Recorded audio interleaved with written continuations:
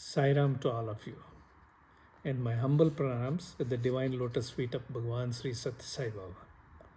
I'll do two prayers before we begin our today's satsang. First is Guru prayer. Dhyana Moolam Guru Murti Puja Moolam Guru Padam Mantra Moolam Guru Vakyam Moksha Moolam Guru Krupa.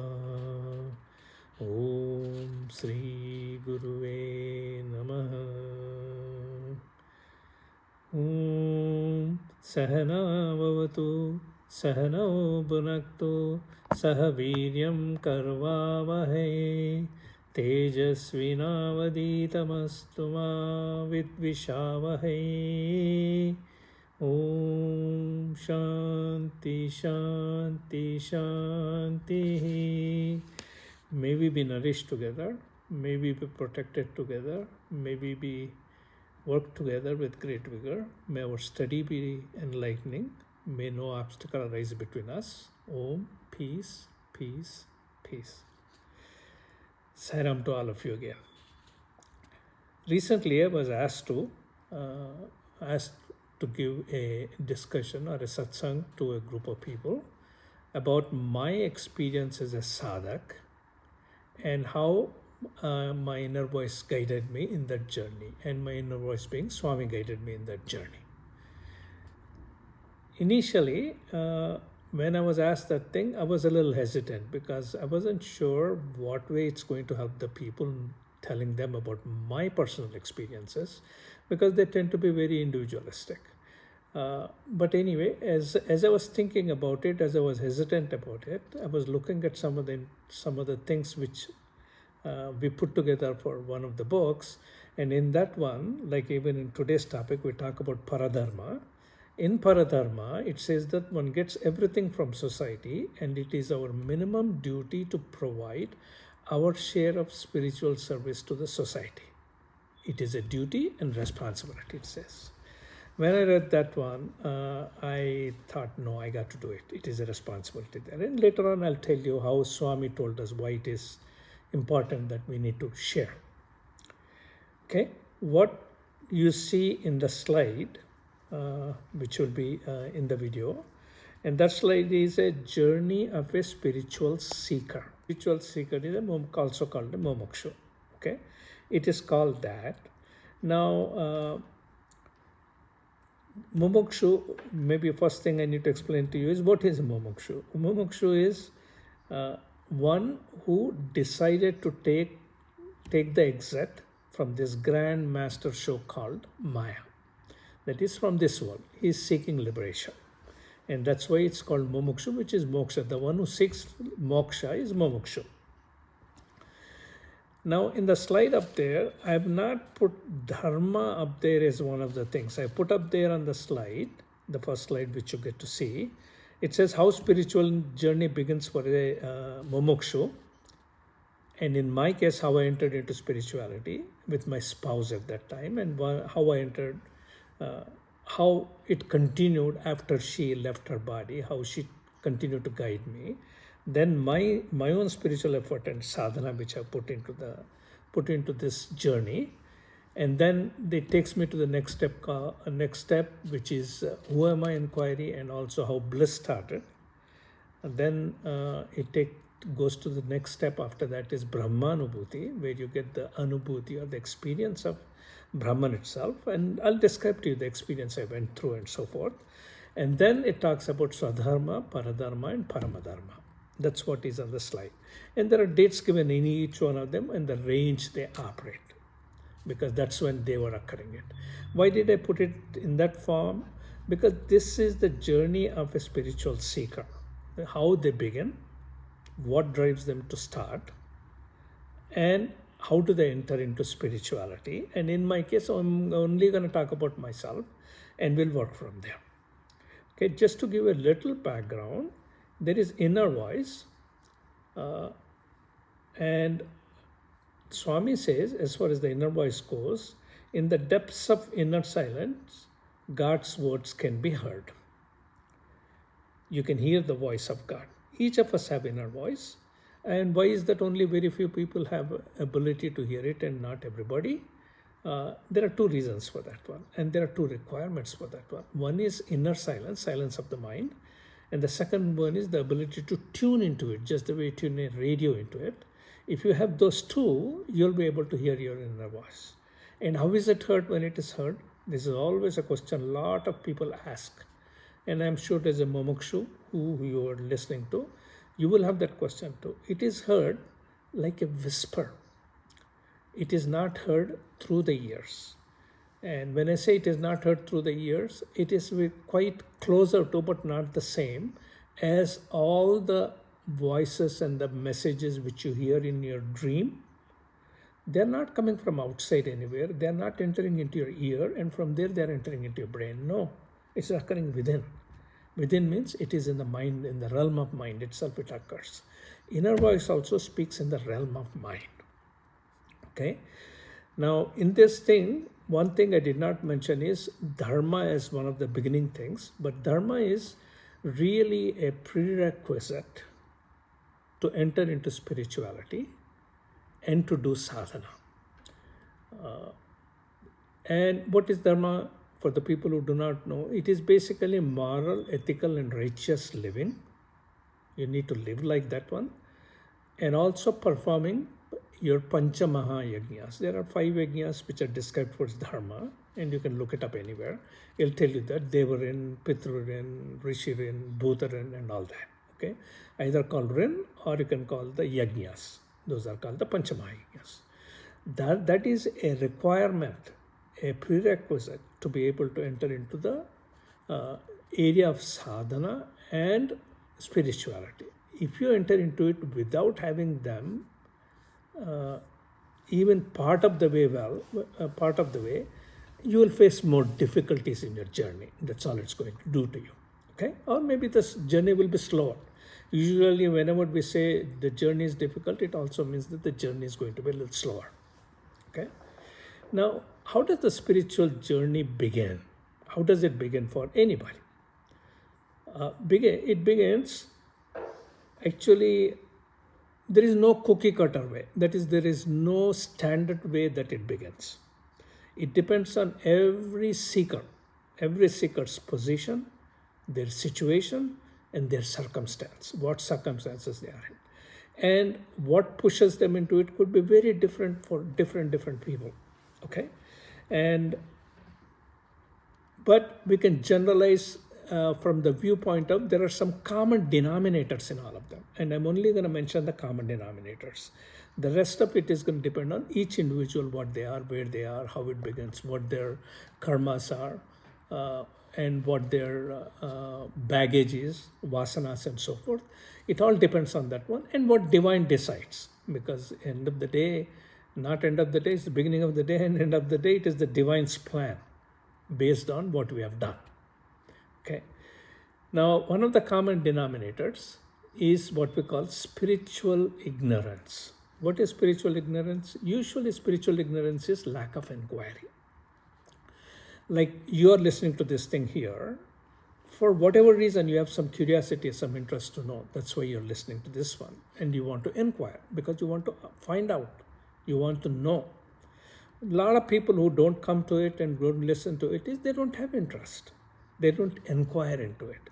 And because they don't inquire into it, they're in spiritual ignorance. And those who inquire into it, they have the ability to come out of that spiritual ignorance. And what type of inquiry must that be? That inquiry must be between real versus unreal, between everlasting versus transient. And this ability to look at real versus unreal and everlasting versus transient is what we call, or what spirituality calls, viveka. And you need to use the viveka. Viveka everybody has. And that's what you need to do. And what does this inquiry result in? What it does is, what it does to the individual is, once you figure out what is transient and what is real, and you keep on seeing the transient coming and going and changing up and down and so forth, slowly you lose interest in it. That is, you're developing vairagya. So what it gets you is vairagya. Viveka, exercising Viveka will take you to Vairagya. And also, most spiritual seekers, as I said, one of the other things this is a common denominator also, speakers get started due to a burning platform or a crisis. Burning platform means a crisis. What is this crisis? Why does one need crisis? Well, look at it this way. If everything is going well for you, if everything is going the way you like it, would you rock the boat? Would you want to change? Generally, the answer is no. Everything is going my way. What is there to change? Why should we change? That's how the attitude tends to be. So till there is a burning platform or a crisis, one doesn't get pushed into it. One doesn't start thinking about it. One doesn't start inquiring about it, using their viveka and going on to the vairagya. And one of the few examples which I can think of where it didn't come that way is Lord Buddha, which he had everything and a spouse, and he was a prince, and he was going to be king, and everything was going hunky-dory for him, and yet he shunned everything and then went on the path he did.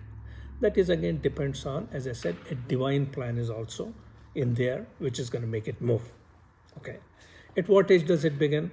It begins, when it begins for you is based on your past karmas, based on your samskars. Samskars are also called vasanas. Vasanas in English would be tendencies the individual is born with or carrying from life to life with, and the divine plan on how to get them executed. All these put together will decide when it's going to begin, at what age or when. And then how fast one travels on this path, if you have that question. That question cannot be answered that easily, because if you look at it, my own spouse, Shivangini, and my journey, Shivangini's journey started in 2007 and finished in 1997 and finished in 2005. It is a matter of full 8 years.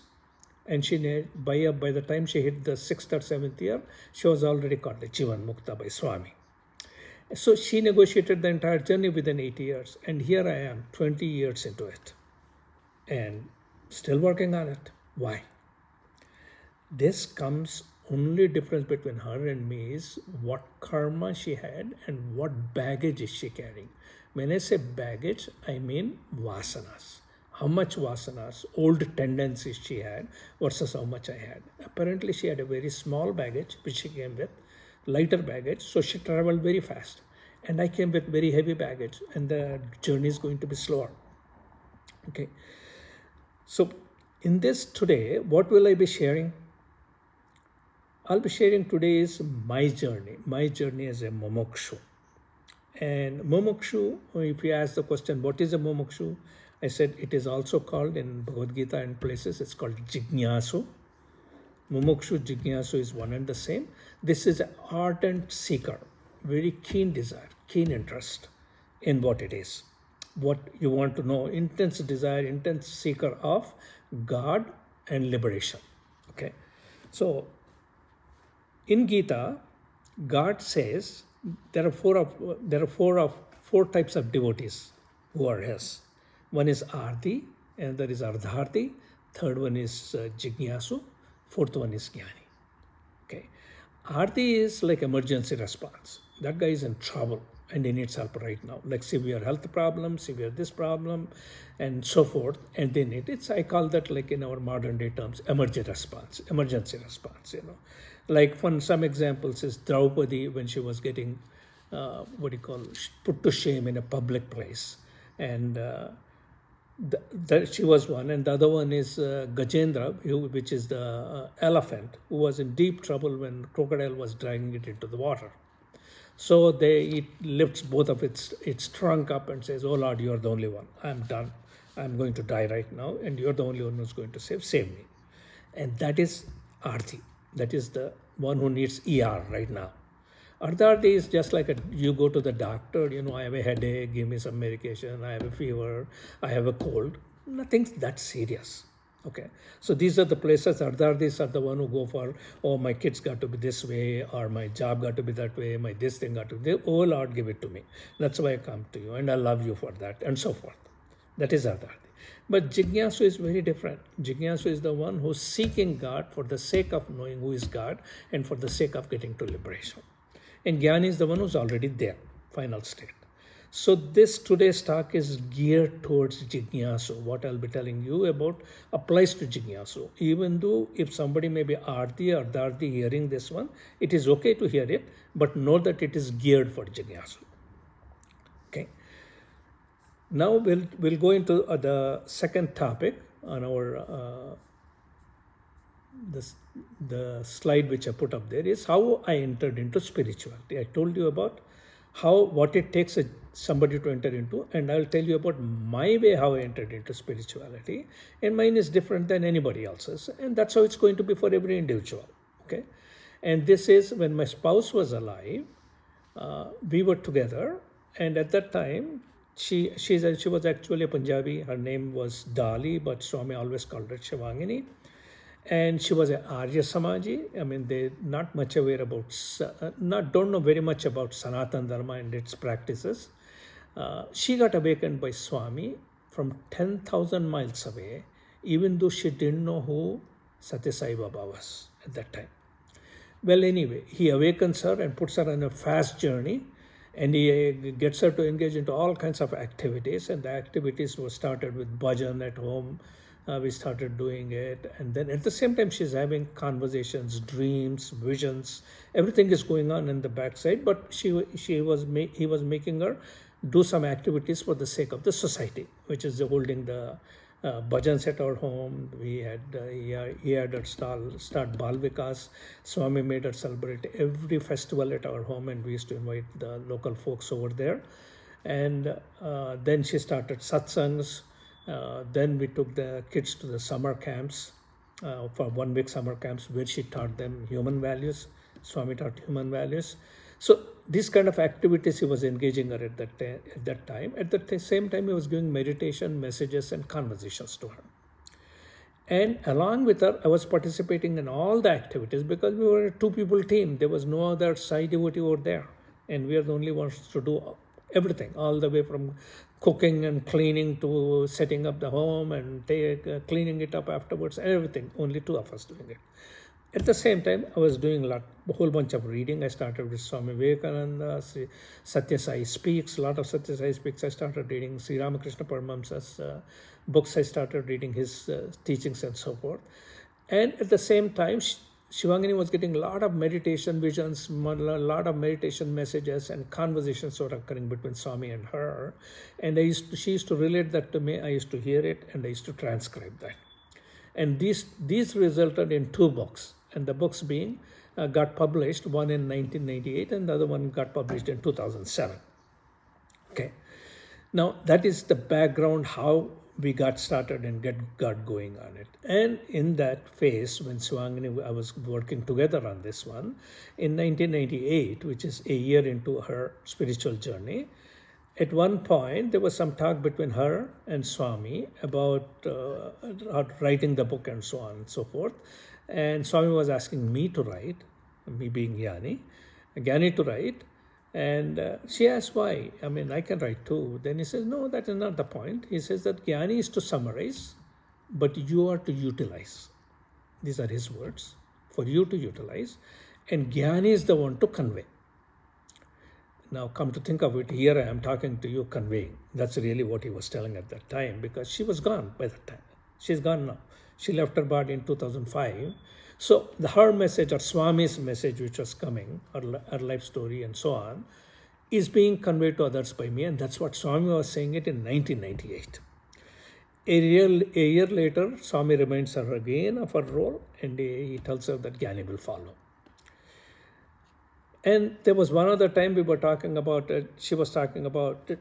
They were having conversation. Swami and Shivangini were having conversation. And Swami says that, take that picture of mine. There was a picture, small picture with Swami holding up the lingam. Swami told her to put her finger on that lingam and draw energy from it by concentrating on it. And then Shivangini asked him, what about him? He needs energy too. Then Swami tells her at that time, he says that he has served me more than you can imagine. He can sing my glory, so don't worry, he has plenty of energy. That's what his words were. So apparently I have been with Swami earlier When I say Swami, I mean God, really. Swami really means God. He's talking about from the God viewpoint. So, been with him and served him. Okay, that's what he indicated there. Then a year later from there,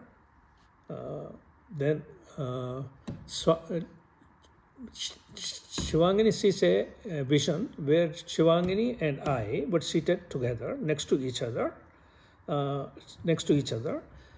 and then little later she sees the same vision where her seat is empty and I am standing next to her with tears in my eyes.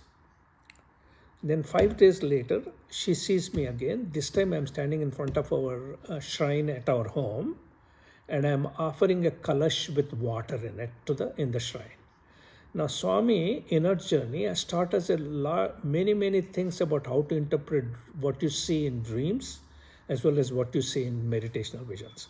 What this meant was, one thing is obviously that she's gone there and standing with tears, indicates that she's going to be gone and I'll be left behind. And then 4 days or 5 days later, when I'm offering the kalash with a little water, offering it at the shrine, means spiritual effort. So my spiritual effort will begin after she leaves the body. That's what that indicated. The reason I'm telling you this is, as you go through these experiences and have some of these experiences of your own, some things when you see, you may be able to interpret them by yourself, or you might get the guidance from within to do that one. A year later, in my meditation, suddenly I hear my inner voice says, Gyani, all alone, telling me that you can be alone. And 1.5 years before she left her body, suddenly Swami says this, and I'll read this sentence to you because this sentence is very important and very useful to a lot of people. And I've spoken about this sentence to many people. Swami said on that day to her, as long as body is given, it is dharma. No matter who they are, they have an obligation to connect to God and not to go astray. These are his exact words. Amount of sadhana he does, he meaning Gyani, okay? Amount of sadhana he does is for maintenance and not a striving sadhak who has to do a lot more. If he goes astray, then he will have to take 17 more lives. This was a profound sentence which has literally lit a fire underneath me and which really got me going on my spiritual journey. If you were to think of it, if there is a burning platform, this is my burning platform. Okay, that when I found out that it's going to take me 17 more lives to doing it, I said, no, I got to get going on it. It's no thanks kind of stuff. And also in this sentence, in this uttering, okay, in this uttering, I'll repeat this uttering again. As long as body is given, it is dharma. No matter who they are, they have an obligation to connect to God and not to go astray. Amount of sadhana he does is for maintenance and not a striving sadhak who has to do a lot more. If he goes astray, then he will have to take 17 more lives. I'll explain to you what is hidden in this. One is 17 more lives I have to take. That doesn't guarantee it. I'll get the next opportunity. Just the way I got opportunity this time. That's all that means.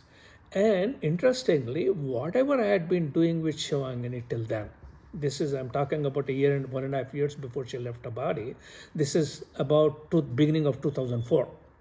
So from 1997 to 2004, I've been working with her in all the activities she was doing it. I was in all those activities which I mentioned we were doing. Swami was making her to do for the local society there. I was participating in all of them. Along with that one, I was going through transcribing the entire messages she gets and also trying to put the first book together, which got published and so on. I was doing all those activities. And what Swami says that is just merely dharma. It is not sadhana and spiritual journey yet of a mumukshu. It is not. The reason I mention and emphasize this one is there are many people who are under the impression or under the notion that if they do a little bit of bhakti, little go to bhajans or little do seva work, go out there and do a little seva out there, they think that, oh man, it's we are in good shape, we are in because we are doing the right things and so on. Okay, and that's really what I'm saying is that is dharma. It is still a good thing to do. And what does it get you if you do that one? You will maintain your spiritual state where you are at. That is maintenance, maintaining where you are at, not advancing it forward. For advancing forward, there are a lot more sadhana need to be done, a lot more spiritual seeking need to be done. Then in Swami, in about 2 months later, Shivangini and I were talking, and in that conversation I was saying that, all these messages you got, all this visions you got and everything, this is just merely gathering data. It's like when you're doing something, you're gathering data. But data by itself is not going to be useful. You have to compile it, right? I'm telling her there is compilation need to be done. At that time, Swami tells to Shivangini, like Vyasa. See, Vyasa has codified the Vedas, means entire Vedas were already there in one single format. He codified them into 4 different Vedas. So he gave her that shape and form and so forth. Similarly, for all these messages and meditational experiences she got, a shape and form had to be given. And when we were talking about it, Swami says, like Vyasa, you need to do that. Then he says, now begins the Guru Seva. This is the real Guru Seva we had to do, because see, as a Guru is helping us advance in the spiritual journey, and Guru Seva is what we need to offer it for him. 3 months later, Swami says to Shivangini, he says, you are ready, but he is not ready, referring to me. You will be proceeding alone, he said.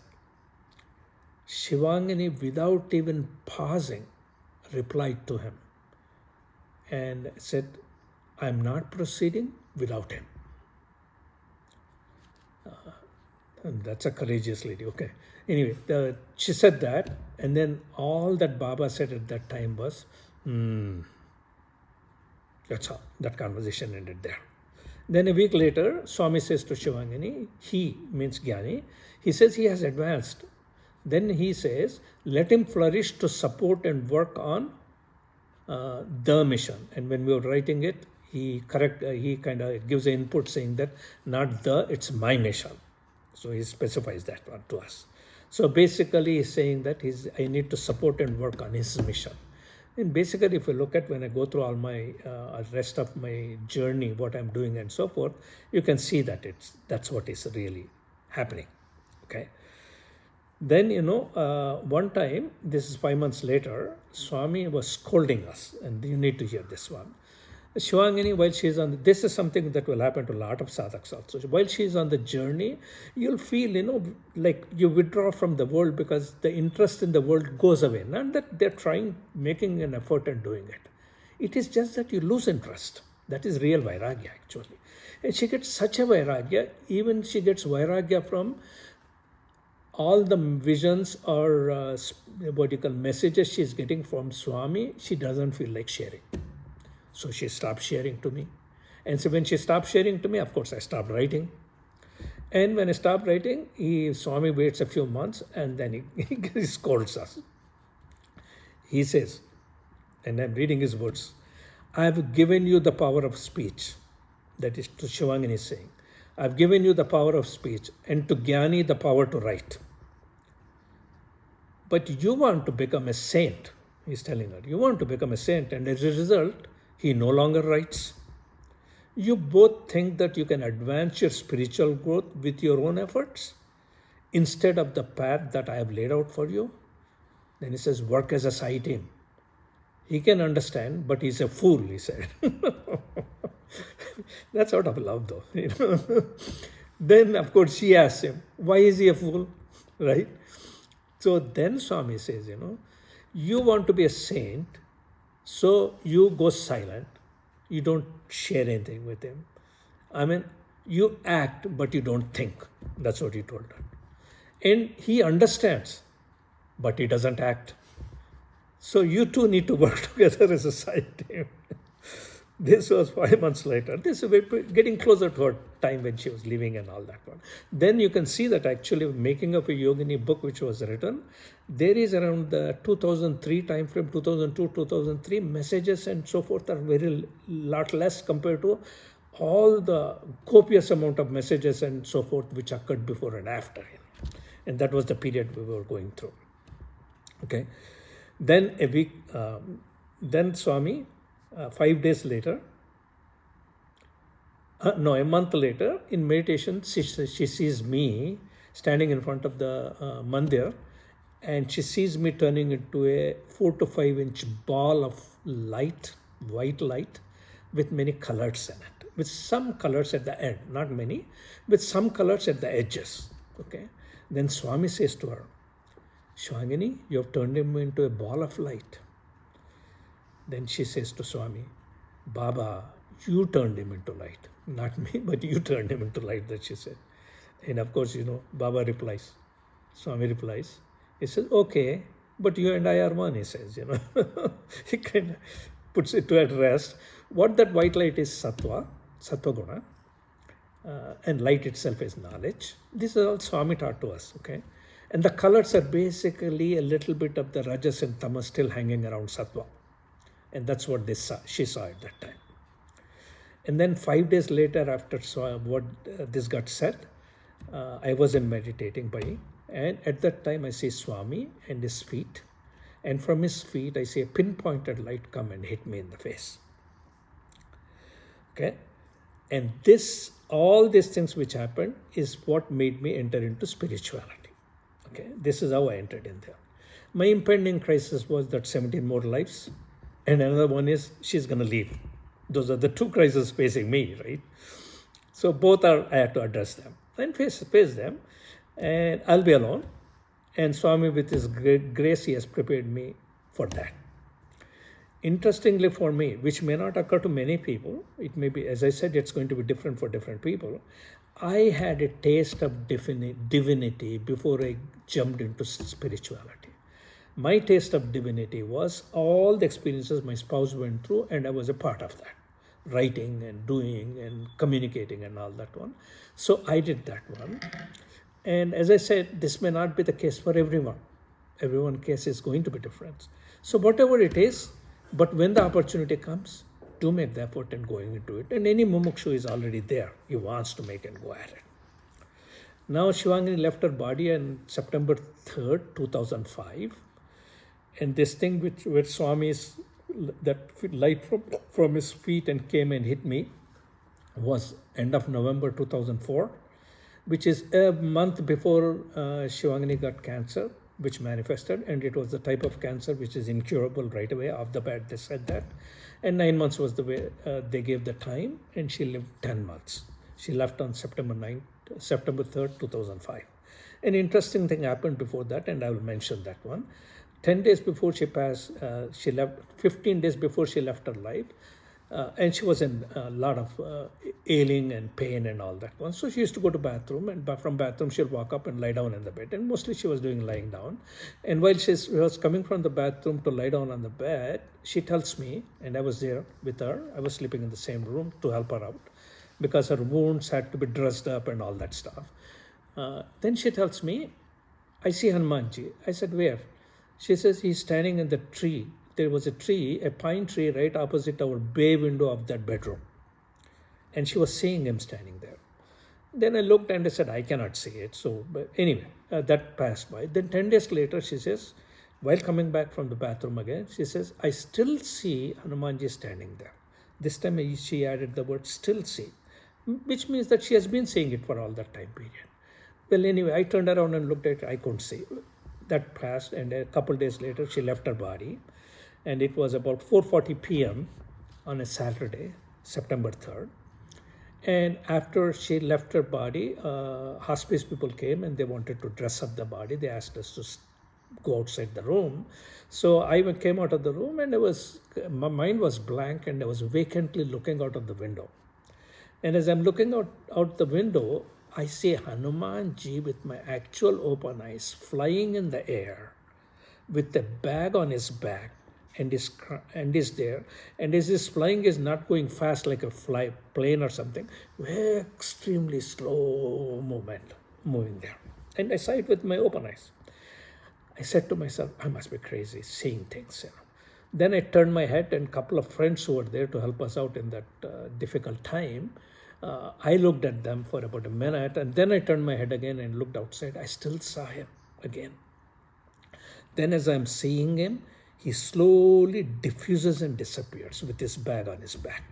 Okay, that was the thing which I saw on that one. And this will connect to, at the tail end, I talk about what is my connection to Hanumanji. Okay, this is one of the steps in there. Now, this is Shivangini left her body, and now after she left her body, my spiritual journey continued.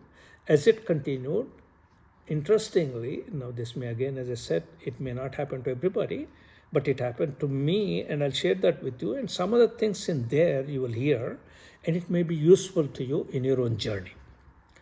And first 2 years after she left her body, I used to see her either in dreams or meditations at least 2 to 3 times a week. And I'm not exaggerating. This is really true. 2 years I saw that. And some days I used to see multiple times. And she used to wake me up. She would come and say, in the mornings, she would call my name Gyani. I could hear it clearly in her voice. I wake up and I know that she's calling me to do meditation. So that is, again, a ritual which has already started. 2 times. One time she got a little upset at me or something. I was still sleeping. She'll come and say, Uto, in Hindi, which is wake up. And it's just like with a little sternness to it for meditation. 2 times I got physical touch from her after she left her body. First time was about 4 months after she passed away. I was in India. And due to jet lag, I slept in the afternoon. At 4 p.m., as I was waking up, I felt a kiss on my cheek on the right side. And as I felt it, I opened my eyes. I said, who is that? After I said, who is that? I felt another kiss on my cheek. And then a face, only face, started moving backward. And it was her face. And she always, when she smiles, it's a very lit up smile. She always had, And that lit up smile on her face and then moving away and disappeared. But that was a real physical touch from her. Second time was actually in dream, which I'll probably mention later. And in that one also I got the touch, but it felt very real. Okay. After she passed away, 3 weeks later, Detroit Sai Center asked me to come and just relate to them about her journey, what happened and so forth. They wanted to know because we belonged to that Sai Center at that time. And while I was sharing with them, like you remember many things, and then I had to hold back my tears as I was sharing with them and so on. Then I had to drive back from that Sai Center, and our home was about 2 hours away, about 100 miles away. So while driving back, I had tears, and then I came back and slept, and next day when I woke up in the morning and I was meditating, at that time I hear very clearly, I'll take the burden of all of your karma, like your was stressed strongly. When I heard that, I got stunned. I remembered Swami one time said to Shivangini that thing, that I'll take the burden of your karma. Don't do it. You go and do what you need to do. I'll take care of the rest of it, is what he told her. In my own words, I'm saying it. Then I thought maybe my mind is acting up, and I said, I need confirmation.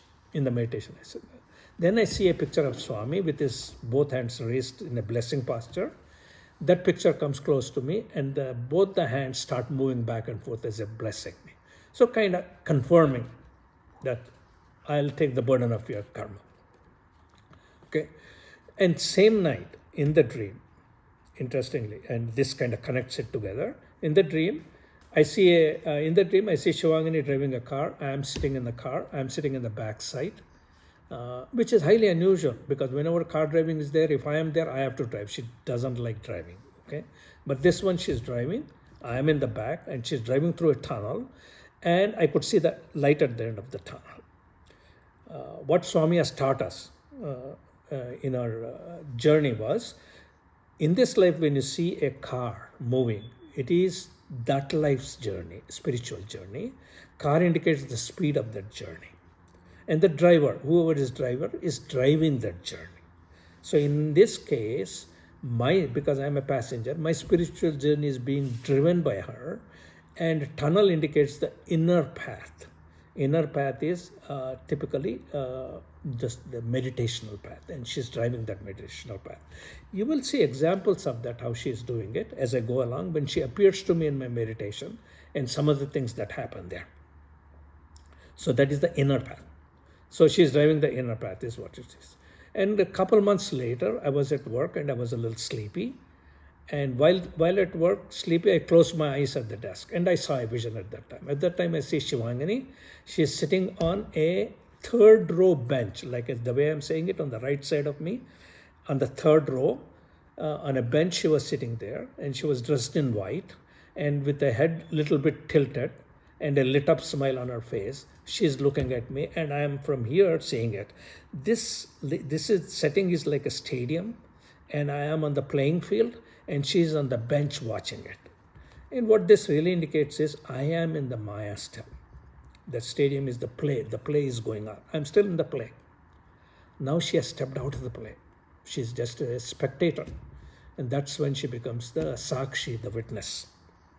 So that's how kind of another way to tell me that she's up there, she's reached there. And in about another 2 months later, Shivangani comes to me in my dream, and she says, Gyani, you have grown. I am extremely satisfied. That's what she tells me. And these are, I'm telling you that when I say that she drove the journey, that's kind of indicators of how she's drove the journey. Then 5 months later, I see her. I see her in the dream. She and I are talking to each other. While talking to others, suddenly in the dream, I realize she's not supposed to be there. She's not alive. Apparently, I don't know, because usually we don't know the awake state things in the dream. But I knew at that time. Then I said, wait a minute. You're not supposed to be here. Are you real? As soon as I said that, she just froze and started looking at me. Then I asked her again. She didn't reply. I hugged her. I hugged her, and then I felt very happy. Then as I was looking, she disappeared. Then 4 months later in meditation, I see Shivangani's face, and in the face, on the forehead, the third eye opens. Third eye is usually the vertical eye, which you see on Lord Shiva's face. Sometimes they depict it that way. That is called the Gyana Chakshu, which is the third eye. Her third eye opens, and a rays of light come from there towards me. That has occurred. And I used to do her anniversaries after she passed away. I did every one of them, but I recorded the only 2 anniversaries where something happened. Unfortunately, I didn't record the other ones, because every anniversary, on that anniversary, something tells me that we are still connected. On the first anniversary, after she passed away, and since we did the Jivan Mukta's Antim Samskar, last minute rites to her, she is buried in the local cemetery there, and we used to hold this at the cemetery. I used to bring the pujari, and he will do the Antim Samskar, annual samskar for her at that place. But in the morning when I wake up, I do my usual meditation, and I was meditating at that time. Then I see about 6 to 7 feet tall divine person walk towards me. This is the vision I'm having in the meditation. And that person comes and touches my feet. And I felt right away in the meditation, it's not appropriate. I need to touch their feet.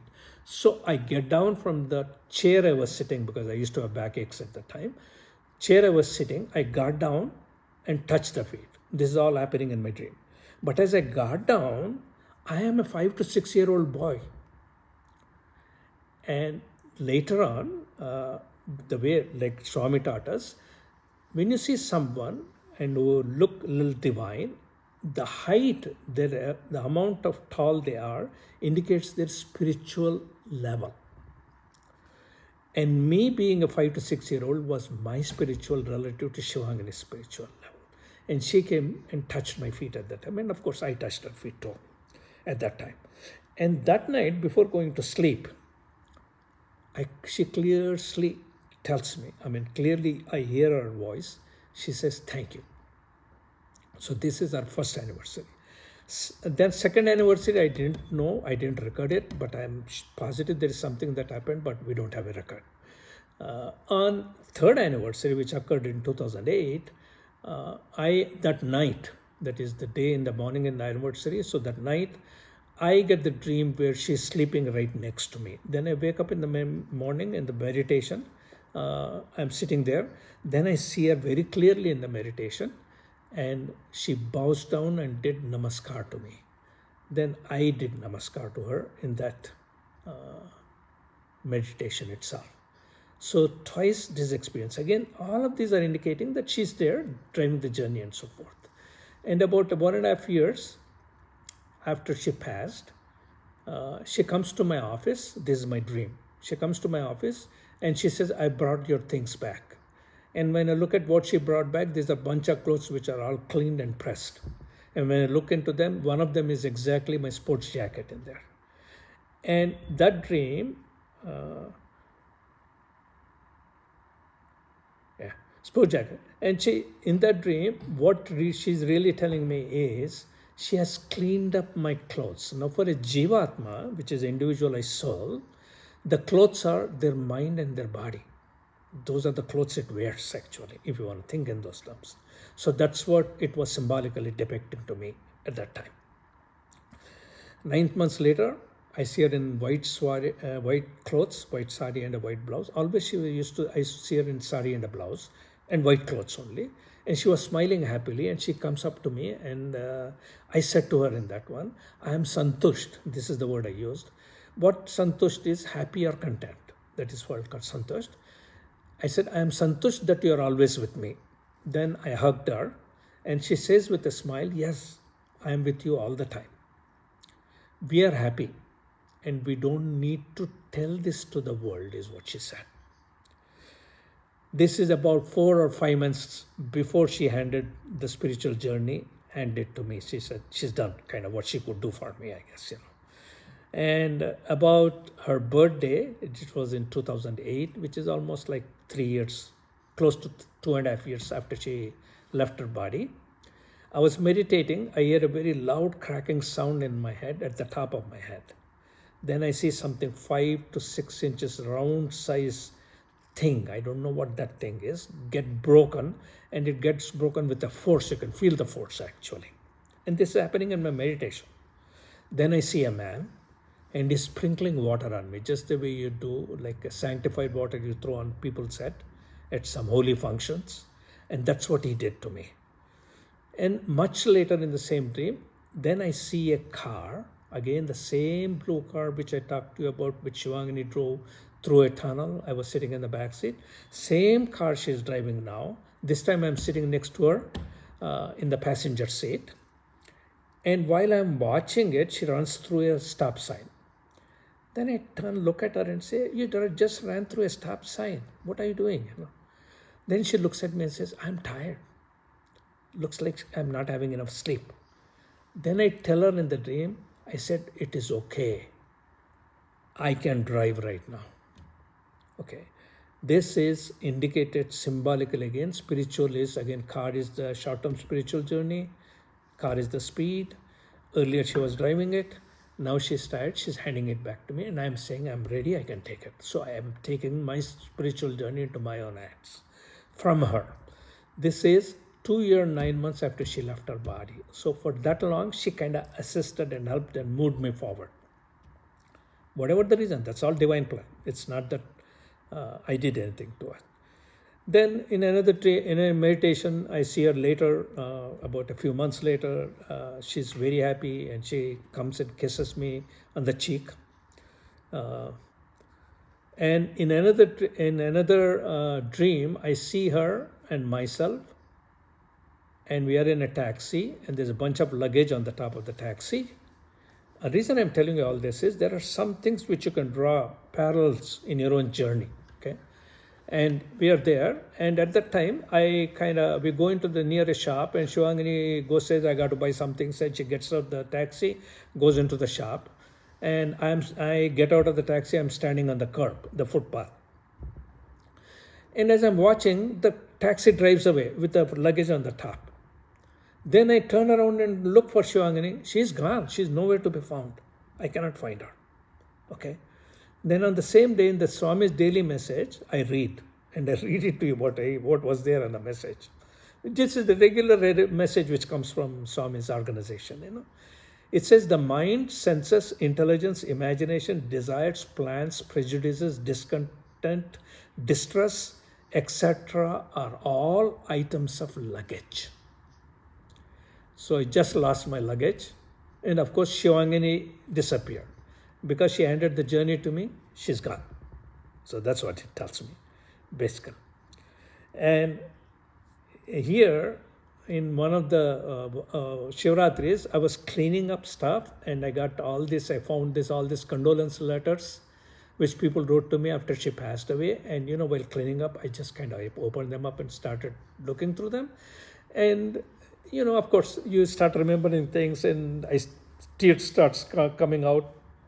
After a while, I kind of put it away and then I'm looking at something else. In that, there were Yogananda's letters. This is Paramahamsa Yogananda. One of our friends next door to me, nearby to me, was a follower of Paramahamsa Yogananda, and he used to write letters to his organization. From there it came. And he gave me some of them and I was reading them, and one caught my attention. On that day itself, it caught my attention when I was sad. And what it said was, when two souls are ideally mated, and ideally together, they spiritualize their love. So, they spiritualize their love so that after death, their love is registered in eternity as the one love of God.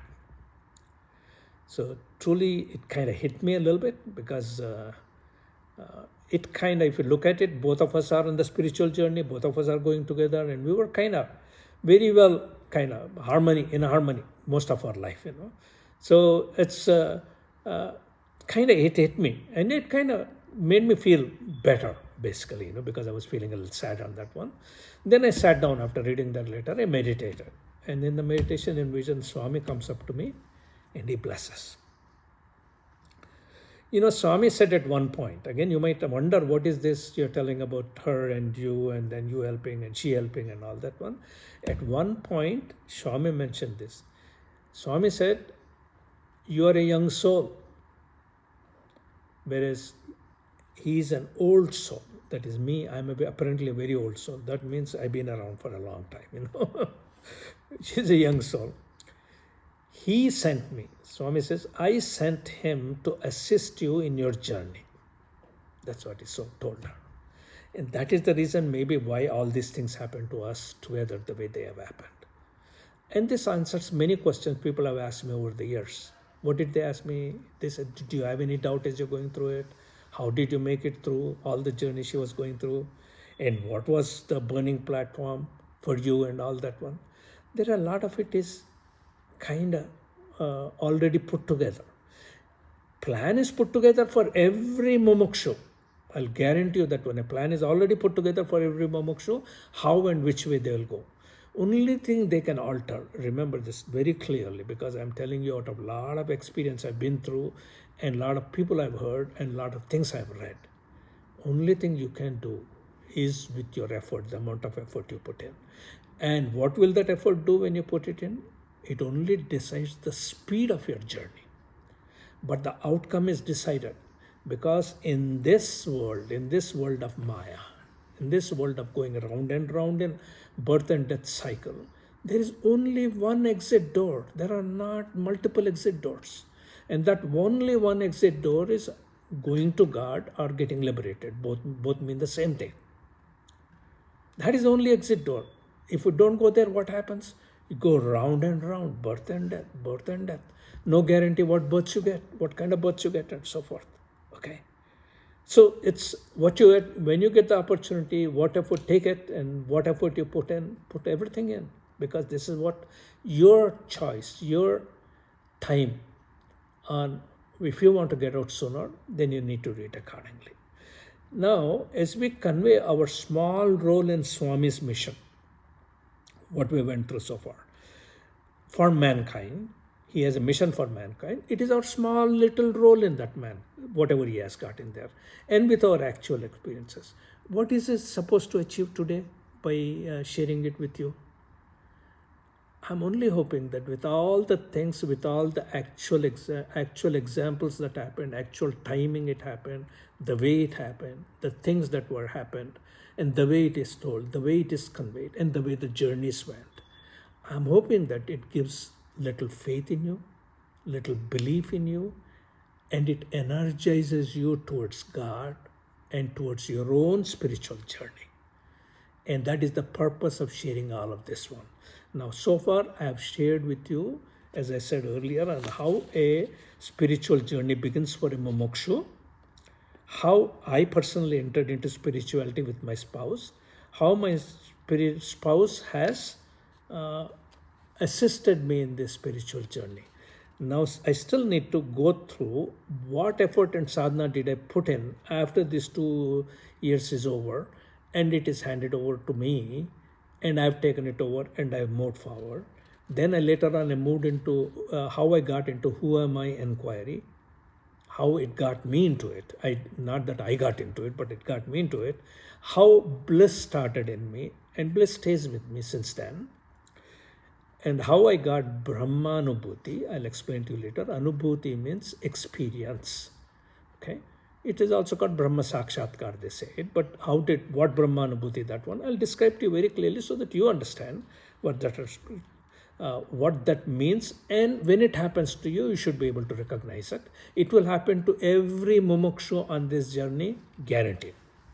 Just like in Bhagavad Gita, Arjuna got Vishwarupa Sandarshana Yoga. It is an entire chapter on Vishwarupa. That is his Brahma Anubhuti.